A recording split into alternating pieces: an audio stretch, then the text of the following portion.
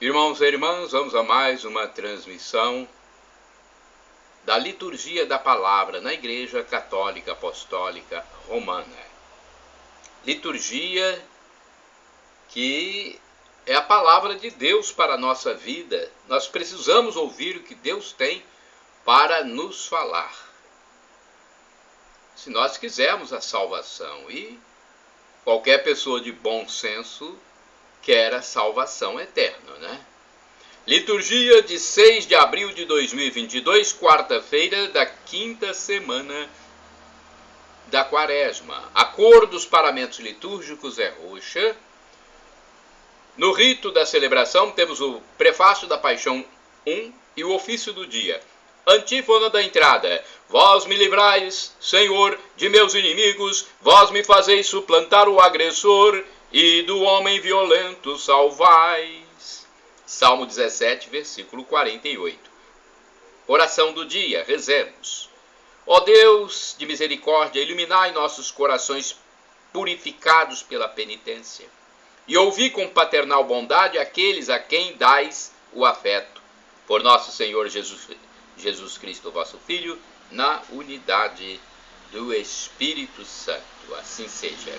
Primeira leitura, leitura da profecia de Daniel, capítulo 3, versículos do 14 ao 20, 24, 49a, 91 a 92 e 95. Naqueles dias o rei Nabucodonosor tomou a palavra e disse: é verdade, Sidraque, Misaque e Abidênago, que não prestais culto a meus deuses e não adorais a estátua de ouro que mandei erigir? E agora, quando ouvirdes tocar trombeta, flauta, cítara, harpa, saltério e gaitas e toda espécie de instrumentos, estáis prontos a prostrar-vos e adorar a estátua que mandei fazer? Mas se não fizerdes adoração, no mesmo instante sereis atirados na fornalha de fogo ardente. E qual é o Deus que poderá libertar-vos de minhas mãos? Sidraque, Misaque e Abidênago responderam ao rei Nabucodonosor: não há necessidade de respondermos sobre isso. Se o nosso Deus, a quem rendemos culto, pode livrar-nos da fornalha de fogo ardente, ele também poderá libertar-nos de tuas mãos, ó rei. Mas se ele não quiser libertar-nos, fica sabendo, ó rei, que não prestaremos culto a teus deuses e tampouco adoraremos a estátua de ouro que mandaste fazer.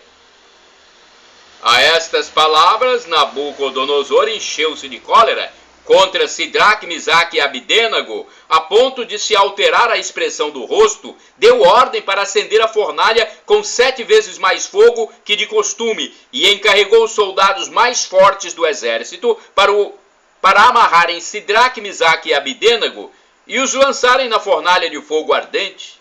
Os 3 jovens andavam de cá para lá no meio das chamas, entoando hinos a Deus e bendizendo ao Senhor.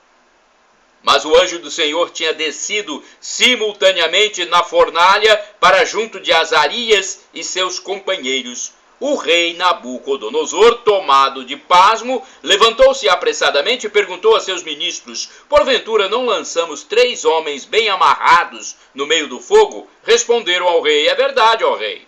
Disse este: mas eu estou vendo 4 homens andando livremente no meio do fogo sem sofrerem nenhum mal. E o aspecto do 4º homem é semelhante ao de um filho de Deus.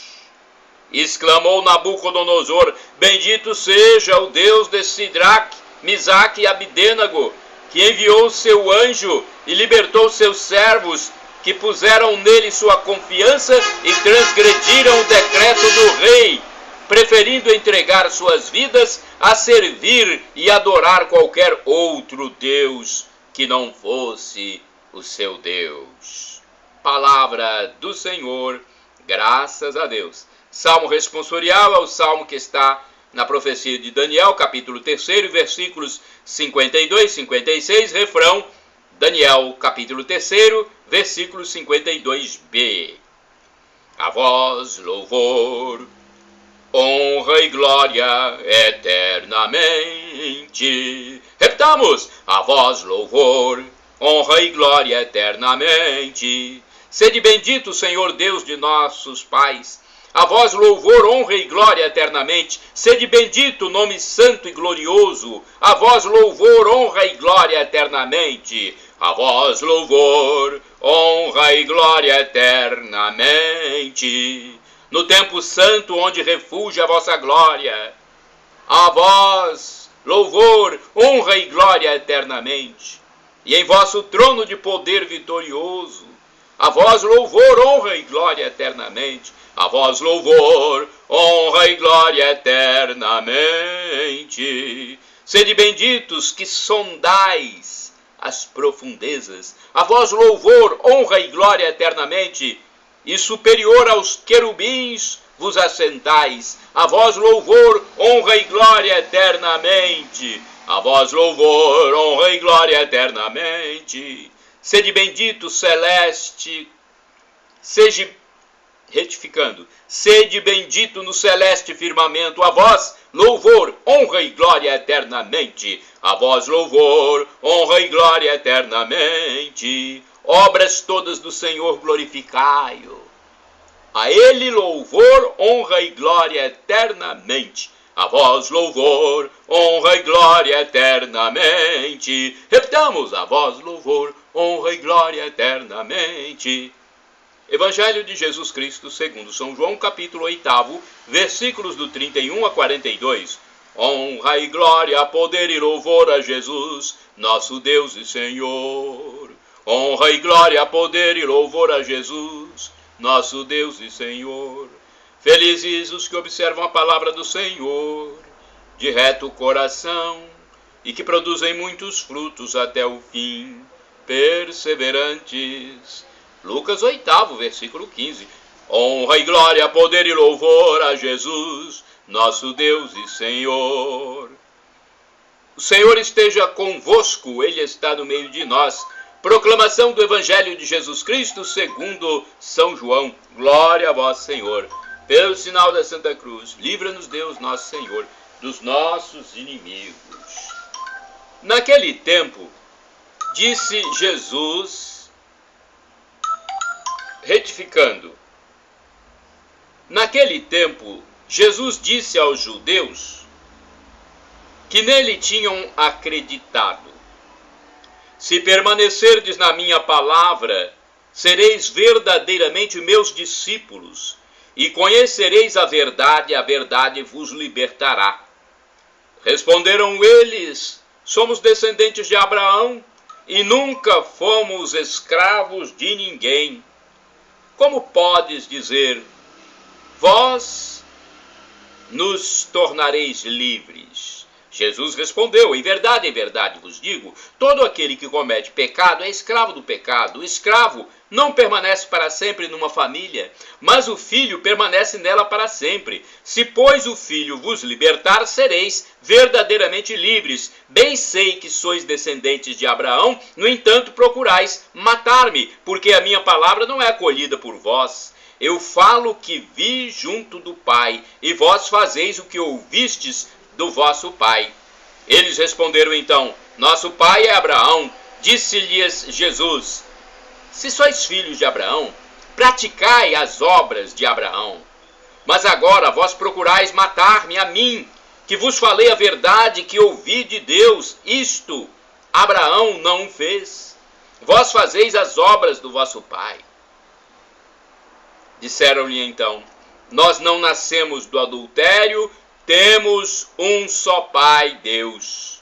Respondeu-lhes Jesus: se Deus fosse vosso Pai, certamente me amaríeis, porque de Deus é que eu saí e vim. Não vim por mim mesmo, mas foi Ele que me enviou. Palavra da salvação, glória a vós, Senhor. Vamos agora à liturgia comentada de Antônio Carlos Santini, e-mail santini@novaalianca.com.br. Escravo do pecado, João capítulo 8, versículos de 31 a 42. Bem sei que este não costuma ser propriamente um tema paroquial. escravo do pecado. O tema do pecado é considerado antipático, fora de moda, em especial após a enxurrada freudiana, que invadiu o pensamento e as consciências. Por isso mesmo, ele passa longe das homilias e sermões habituais. Até a palavra pecado costuma ser evitada eufemisticamente, substituída por falhas ou fragilidades. No entanto, se o pecado é ignorado, para que precisaríamos de um Salvador? Na verdade, a igreja jamais se deteve no pecado como um desastre sem conserto. Ao contrário, a liturgia quase faz o elogio do pecado ao cantar com Santo Agostinho: ó feliz culpa que nos mereceu tão grande Salvador. Sem ter caído no pecado, jamais chegaríamos a conhecer a infinita misericórdia de Deus. Neste evangelho, Jesus é categórico na solene afirmativa: aquele que faz o pecado torna-se seu escravo. Versículo 34. No original grego está o verbo poion, faz. O pecado é algo que se faz. Uma obra do homem que se afasta do amor de Deus, seja por atos, palavras, pensamentos, omissões. Como consequência, perde-se a liberdade para amar e amar mais. Os confessores e conselheiros conhecem bem a situação do penitente ou consulente que, após algum tempo a repetir os mesmos pecados, vê estratificar-se em seu íntimo uma segunda natureza que passa por conta própria a decidir o destino da pessoa. O povo tem uma palavra para isto: vício. Uma situação em que se estabelece forte dependência, não só de drogas, álcool e tabaco, mas também do jogo, da masturbação, da gula, da prostituição, da maledicência, da indiferença, etc., a ponto de a faculdade volitiva ficar praticamente anulada. Experimenta-se visível escravidão. Na prática, é comum que o novo escravo tente sufocar a própria consciência. Muitos procuram justificativas intelectuais para sua conduta ou tentam transferir a responsabilidade para outras pessoas, o conhecido bode expiatório. A situação familiar, as condições sociais, as estruturas econômicas fogem da palavra de Deus, recusam conselhos de pais e de amigos, afastam-se da igreja, tudo em vão. A consciência não se cala. E é exatamente o sentimento de culpa o mais destrutivo de todos os invasores do coração humano. É hora de ouvir a exortação do apóstolo São Paulo aos Gálatas: é para a liberdade que Cristo nos libertou. Ficai firmes e não vos deixeis amarrar de novo ao jugo da escravidão. Gálatas 5, versículo 1. Em tempo, jugo é a canga que prende o boi de carro pelo pescoço. Tão forte, tão escravo, vai obedecer às ferroadas do carreiro. Orai sem cessar, irmãos e irmãs. Parabéns, Santini, por esta homilia. O Senhor libertará o pobre que o invoca. Salmo 72, versículo 12. Vamos agora aos santos do dia. Primeiros santos são Notker, o Gago. Olha, eu só quero dizer, antes de passar a biografia, que eu retirei essas informações no site da TV Século XXI, rs21.com.br. Agora, da minha parte, podem usar à vontade as imagens, os textos, aqui no meu blog, repórterpaulomaciel.blogspot.com, facebook.com/Paulo Maciel da Rádio, canal no YouTube, Paulo Roberto Maciel. Primeiro santo, então, São Notker, o Gago. São Notker nasceu em Elg, na Suíça, em 840. Ele era chamado Notker, o Gago, por causa do problema de fala, mas ele enfrentava aquilo de um modo natural. Ainda jovem, sentiu desejo pela vida consagrada. Foi monge beneditino na abadia de São Galo. Ele se encantou com uma quantidade de livros da biblioteca do mosteiro que se tornou seu pequeno mundo particular por causa da gagueira. São Notker escreveu livros de cultura e espirituais. Existe uma boa quantidade de documentos escritos por ele. Também estava sempre pronto para os serviços do mosteiro. Era caridoso com os pobres e doentes. Notker faleceu em 912, aos 72 anos de idade, na abadia de São Galo. Foi beatificado em 1512. Outro santo do dia 6 de abril. O martírio de São Marcelino. É o santo São Marcelino, que foi mártir. O martírio de São Marcelino, alto funcionário imperial e amigo de Santo Agostinho, está relacionado com o cisma donatista que dividiu por mais de um século a igreja africana. Tudo começou em 310, quando foi contestada a validez da eleição do bispo de Cartago, Ceciliano, porque foi consagrado por bispos traidores. Eram considerados traidores os que haviam entregue os livros sagrados para serem queimados, conforme o decreto do imperador Diocleciano. O bispo Donato, de onde vem a heresia do donatismo, tomara uma posição radical oposta ao bispo Ceciliano. Para Donato, a igreja é a sociedade dos santos e por isso os sacramentos administrados por pecadores são inválidos. Havia inegavelmente influências regionais e sociais na questão. Numídia contra África, pró-consular, proletários contra proprietários romanos. O nosso santo foi vítima dos donatistas. Marcelino, em Cartago, acumulava 2 cargos, tabelião e tribuno. Bom pai de família, cristão exemplar, foi definido por Santo Agostinho, que era seu amigo, como homem notável pela estima de todos e pela religiosidade. Desejoso de aprender, muitas vezes, se dirigiu a Santo Agostinho para obter esclarecimentos sobre pontos controvertidos da doutrina cristã. Algumas obras de grande valor do extraordinário Santo Agostinho tiveram origem na curiosidade sadia de Marcelino. São Marcelino nem chegou a lê-las, pois havia ficado do lado dos bispos católicos na conferência de que estes participaram em Cartago no ano 411 com os bispos donatistas. Por isso os donatistas se vingaram acusando-o de cumplicidade com o usurpador Heracliano. A acusação era grave e Marcelino foi condenado à morte pelo conde Marino em 13 de setembro. Um ano depois, o próprio imperador reconhecia o erro da justiça romana. Caiu a acusação. Todas as decisões de Marcelino foram aprovadas. A igreja passou a honrá-lo como mártir. Shalom Adonai, uma expressão hebraica que significa a paz de Deus. É o que eu desejo para todos vocês que acessam meus endereços na internet. O blog repórterpaulomaciel.blogspot.com, facebook.com/Paulo Maciel da Rádio, canal no YouTube Paulo Roberto Maciel, Instagram Paulo Roberto Maciel 6/. El Shaddai, Deus onipotente, Deus todo-poderoso, Ele proverá. E Maranatá, como dizemos nós católicos, ou Maranata, como dizem nossos irmãos separados, os evangélicos ou protestantes. Não importa. O significado é o mesmo e somos todos irmãos. O significado é: vinde, Senhor Jesus. Um dia Jesus vai voltar e vai ser o juízo final, o fim da história, a parousia. Muitos irão para o céu e muitos irão para o inferno.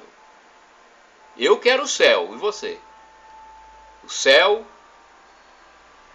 está preparado para nós, que nos arrependermos dos nossos pecados. Perdão, Senhor, pelos meus pecados que acontecem a cada átimo de segundo. Pecados passados, pecados atuais, pecados futuros. Perdão, Senhor. Pecados do pensamento, dos atos, das omissões, das palavras. Perdão, Senhor. Shalom.